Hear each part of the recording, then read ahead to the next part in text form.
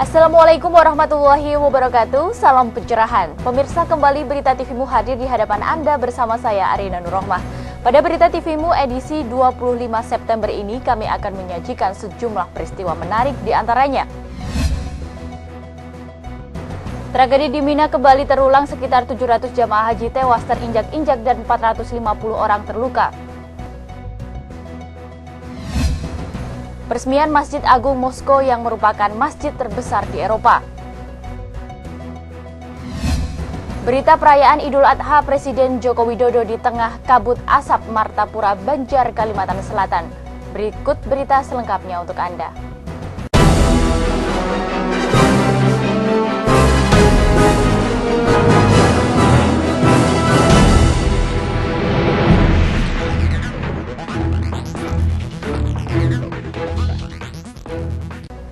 Pemirsa, kabar duka dalam pelaksanaan ibadah haji di Arab Saudi kembali terjadi. Dilansir oleh Al Jazeera Arab Saudi, sekitar 700 jamaah haji tewas dan 450 orang terluka.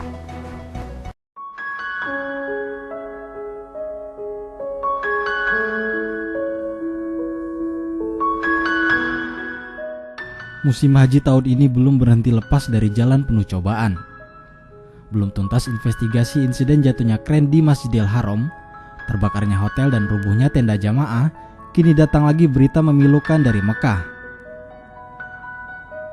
Korban tewas tragedi Mina yang sebelumnya disebutkan berjumlah 300 orang lebih, kini bertambah menjadi 453 orang tewas dan 700 jamaah haji lainnya mengalami luka-luka pada Kamis 24 September 2015.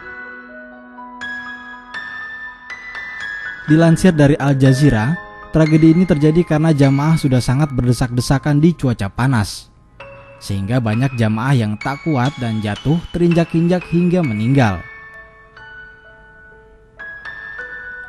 Kementerian Agama Republik Indonesia belum memastikan rincian jumlah korban tewas, seperti ada tidaknya jamaah asal Indonesia yang menjadi korban insiden saat puncak haji di dekat kota Mekah.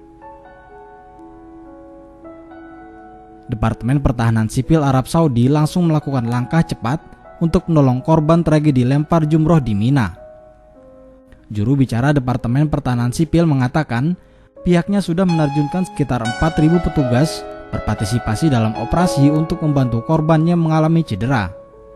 Selain itu, ratusan ambulans juga sudah dikerahkan untuk membantu para korban. Tim TVmu memberitakan. Pemirsa, tragedi Mina kali ini membetot ingatan publik pada peristiwa serupa 25 tahun silam. Insiden ini menelan korban 1.426 jamaah meninggal dunia. Tragedi Mina pertama ini terjadi 2 Juli 1990. Jutaan jamaah haji dari seluruh dunia berdatangan secara hampir bersamaan. Mereka ingin mendapatkan pahala afdol atau utama dalam ibadahnya. Peristiwa terjadi karena jamaah haji, baik yang akan pergi melempar jumroh maupun yang pulang, perebutan dari dua arah untuk memasuki satu-satunya terowongan yang menghubungkan tempat jumroh dan Haratul Lisan. Puluhan orang telah berjatuhan, tapi dorongan massa seolah tak peduli. Desakan terasa semakin kuat karena massa di belakang tidak tahu apa yang terjadi dan terus merangsek. Akibatnya, ribuan orang tewas terinjak-injak. Dari seluruh korban tersebut, sebanyak 649 jamaah asal Indonesia menjadi korban insiden maut ini.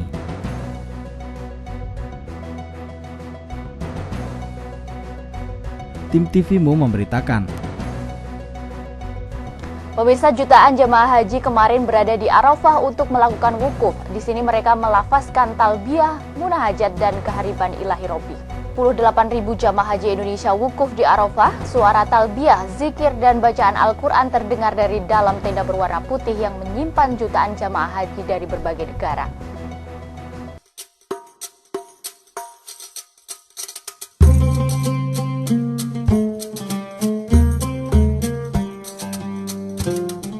Kegiatan wukuf di Arafah adalah kegiatan utama dari prosesi ibadah haji.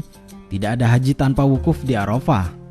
Sehingga bagi jamaah yang sedang sakit parah pun harus ke Arafah. Kemarin, jamaah melakukan ritual wukuf dengan melakukan sholat, berdoa dan bermunajat kepada Allah, melakukan introspeksi atau muhasabah atas kesalahan dan kekurangan selama ini, dan memohon ampun keharibaan ilahi Robbi. Dalam terminologi syar'i, makna muhasabah adalah sebuah upaya evaluasi diri terhadap kebaikan dan keburukan dalam semua aspek kehidupan yang sudah dijalani. Perbanyaklah sholawat, tahlil dan tahmid dan beristighfar memohon ampun kepada Allah. لبيك لا شريك لك لبيك إن الحمد والنعمة لك والملك لا شريك لك. Jamaah haji yang sudah mendapat bekal manasik selama di tanah air tentu saja memanfaatkan waktu wukuf di Arafah ini dengan sebaik-baiknya. Wukuf adalah ritual yang sulit diulangi untuk banyak orang. Karena Rasulullah saja hanya melaksanakan sekali haji, artinya Nabi Muhammad hanya melakukan sekali wukuf dalam hidupnya. Selain bermunajat di dalam tenda, ternyata banyak juga jamaah yang berkeliaran menaiki bukit-bukit batu dengan berbagai alasan, bahkan banyak yang berselfie ria. Tentu saja, semua kegiatan yang tidak berkaitan dengan ibadah ini sangat disayangkan karena tidak memberi manfaat. Dari Arafah sehabis maghrib, jamaah mulai bergerak ke Musdalifah untuk mengambil batu kerikil kecil untuk melempar jumroh di Mina. Di Musdalifah ini, jamaah berdiam hingga tengah malam untuk selanjutnya menuju Mina selama 2 atau 3 hari untuk melempar jumroh Aqobah, Ula dan Wusto. Saiful Hadi, TVMU memberitakan. Pemirsa, berita menarik lainnya akan kami hadirkan sesaat lagi, tetaplah bersama kami.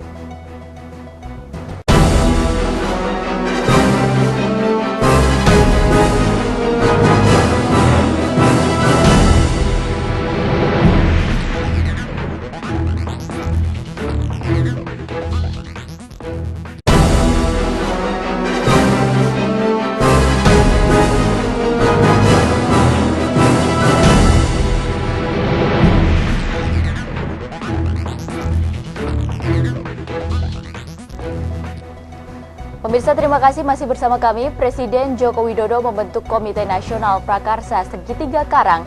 Jokowi menunjuk Menteri Koordinator Kemaritiman Riza Ramli mengetahui lembaga baru ini. Menteri Koordinator Kemaritiman Riza Ramli punya tugas baru. Rizal ditunjuk menakodai sebuah lembaga baru penyelamat lingkungan atau ekosistem laut. Komite Nasional Prakarsa Segitiga Karang untuk terumbu karang, perikanan dan ketahanan pangan. Begitulah nama lembaga anyar ini. Komite ini dibentuk melalui Perpres nomor 85 tahun 2015 yang ditandatangani pada 22 Juli 2015 lalu. Prakarsa Segitiga Karang untuk terumbu karang, perikanan dan ketahanan pangan adalah kerjasama multilateral untuk mengatasi ancaman pada ekosistem laut, pesisir dan pulau-pulau kecil dalam wilayah segitiga karang dunia. Pembentukan lembaga prakarsa ini merupakan bentuk partisipasi berbagai pemangku kepentingan dalam lingkup negara-negara di kawasan segitiga karang dunia. Dalam operasinya, lembaga ini mendapat kucuran dana dari APBN serta sumber lain yang sah dan tidak mengikat sesuai dengan ketentuan peraturan perundang-undangan. Tim TVMU memberitakan. Pemirsa, Presiden Rusia Vladimir Putin resmikan Masjid Agung Moskow yang merupakan masjid terbesar di Eropa. Dalam peresmian tersebut, video Presiden RI pertama Soekarno diputar. Sontak pemutaran video ini membuat para dubes Indonesia yang hadir terharu.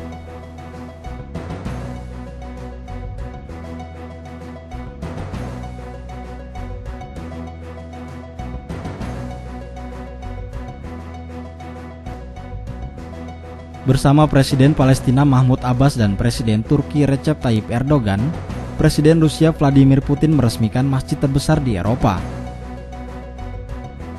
Masjid ini diberi nama Masjid Agung Moskow atau Moskovsky Soborny Mechet. kapasitas Masjid Nan Megah ini dapat menampung 10.000 jamaah yang dananya dikumpulkan dari para donasi.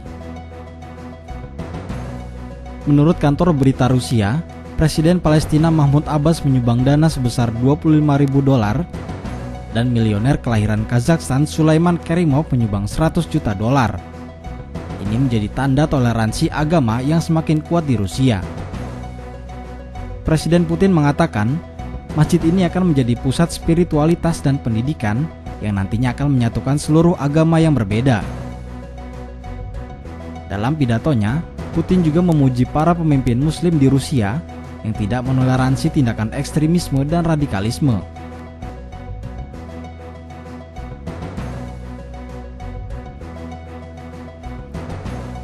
Yang membanggakan, video sang proklamator sekaligus presiden pertama Indonesia diputar selama 15 menit. Dalam video itu, Soekarno pada tahun 1959 terlihat mengunjungi masjid ini sebelum dilakukan perluasan dan perbaikan sehingga menjadi masjid terbesar di Eropa.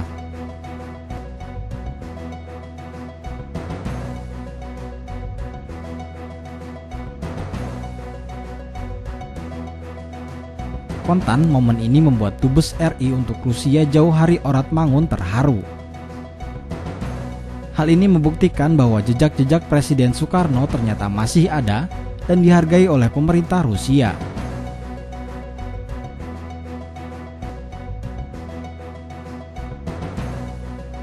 Tim TVMU memberitakan.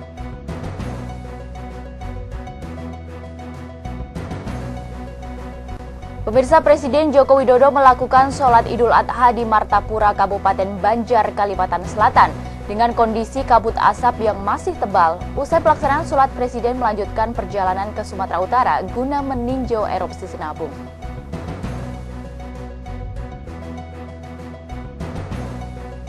Setelah melakukan beberapa kunjungan ke Kalimantan dan Sumatera, Presiden Joko Widodo memilih Banjarmasin sebagai tempat untuk melakukan sholat Idul Adha. Tepatnya di Masjid Agung Al-Karomah, Martapura, Kabupaten Banjar, Kalimantan Selatan. Bertindak selaku imam adalah Imam Guru Kiai Haji Wildan dan khutbah Idul Adha disampaikan oleh Ketua MUI Kabupaten Banjar, Kiai Haji Holilur Rohman. Presiden didampingi Sekretaris Kabinet Pramono Anung dan Menteri Pendidikan dan Kebudayaan Anies Baswedan. Usai mendengarkan khutbah, Presiden menyerahkan 1 ekor sapi kepada panitia kurban di Masjid Agung Al-Karomah.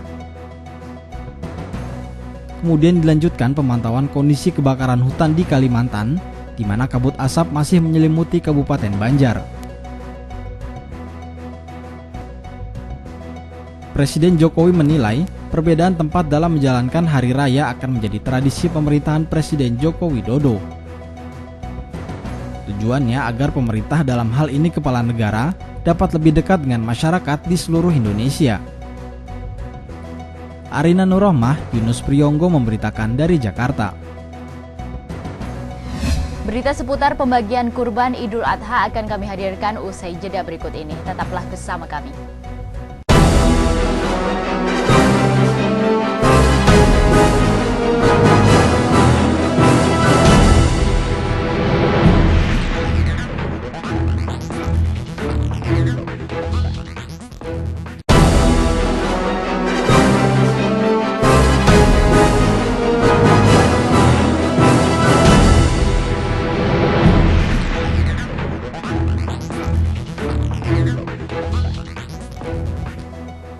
Pemirsa, pimpinan Pusat Muhammadiyah bersama Lazismu melaksanakan kurban di halaman gedung pimpinan Pusat Muhammadiyah. Hewan kurban didistribusikan langsung ke beberapa wilayah yang membutuhkan di wilayah Jabodetabek.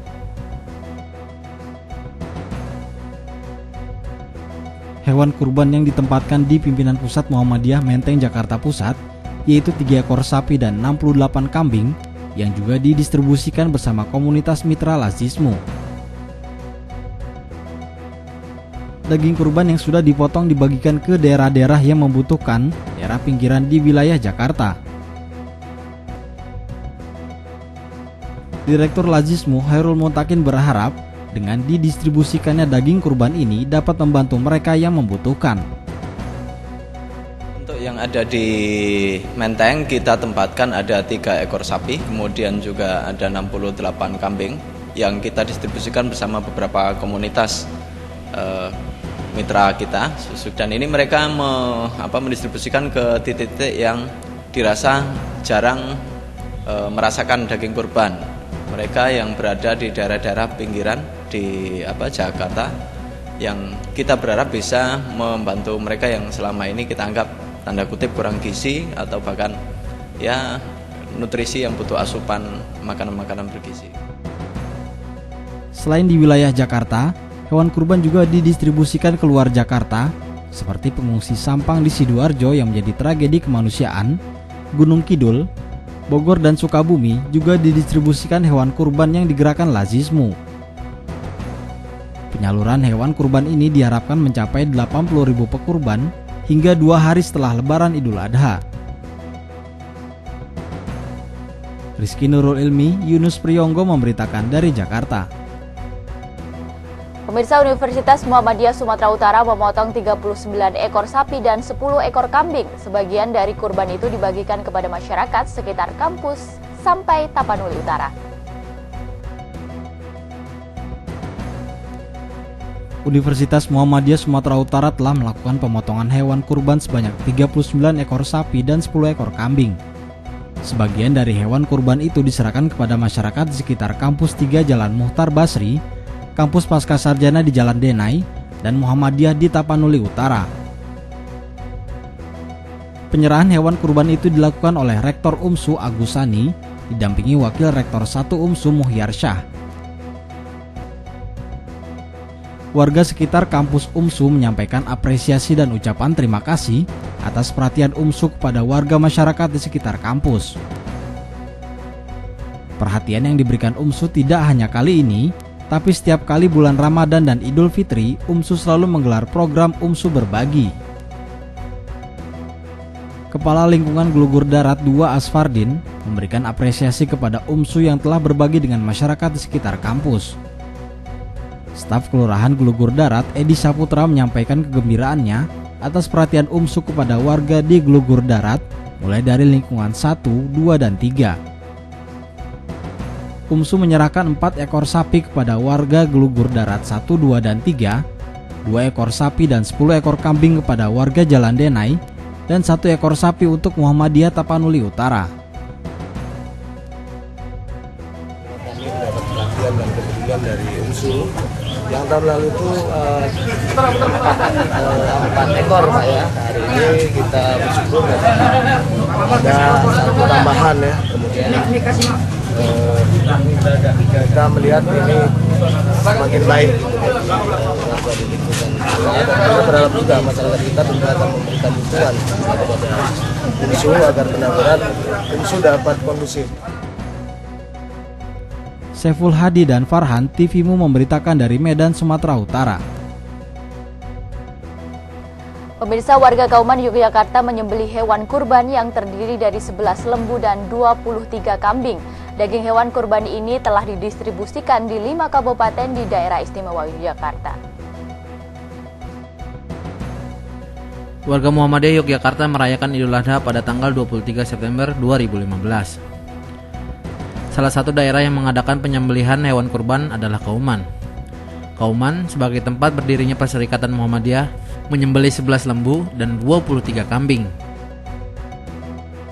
Daging hewan kurban tersebut nantinya akan didistribusikan ke 5 kabupaten di Yogyakarta.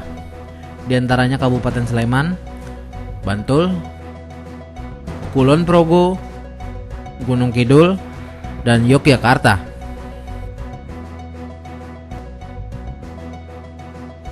Asrul Sabtono memberitakan dari Yogyakarta.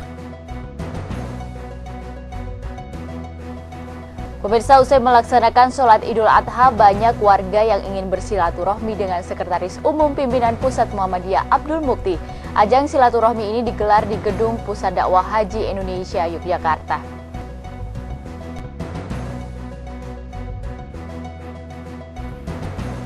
Setelah melaksanakan sholat Idul Adha di alun-alun utara Yogyakarta, hampir sebagian warga Muhammadiyah yang mengikuti sholat Idul Adha di alun-alun utara Yogyakarta menyempatkan diri untuk bersilaturahmi Idul Adha warga Muhammadiyah yang dihadiri oleh Sekretaris Umum Pimpinan Pusat Muhammadiyah Abdul Muti. Acara ini juga dihadiri oleh Ketua Pimpinan Wilayah Muhammadiyah Daerah Istimewa Yogyakarta, Abunda Faruk, dan Wakil dari Gubernur Daerah Istimewa Yogyakarta. Dalam kesempatan ini, Gubernur Yogyakarta Sri Sultan Hamengkubuwono yang diwakilkan menyampaikan ucapan selamat Idul Adha pada warga Muhammadiyah. Usai saling beramah tamah, dilanjutkan dengan penyembelihan hewan kurban di Masjid Gede Kauman. Selanjutnya, potongan daging tersebut dibagikan kepada masyarakat yang kurang mampu di wilayah Yogyakarta. Asrul Sabtono, ISPI Iswari Nilakandi memberitakan dari Yogyakarta. Pemirsa, berita tadi menutup jumpa kita kali ini. Saya Arina Nurrohmah beserta kru yang bertugas mengucapkan selamat Hari Raya Idul Adha 1436 Hijriah. Salam pencerahan dan wassalamualaikum warahmatullahi wabarakatuh. Sampai jumpa.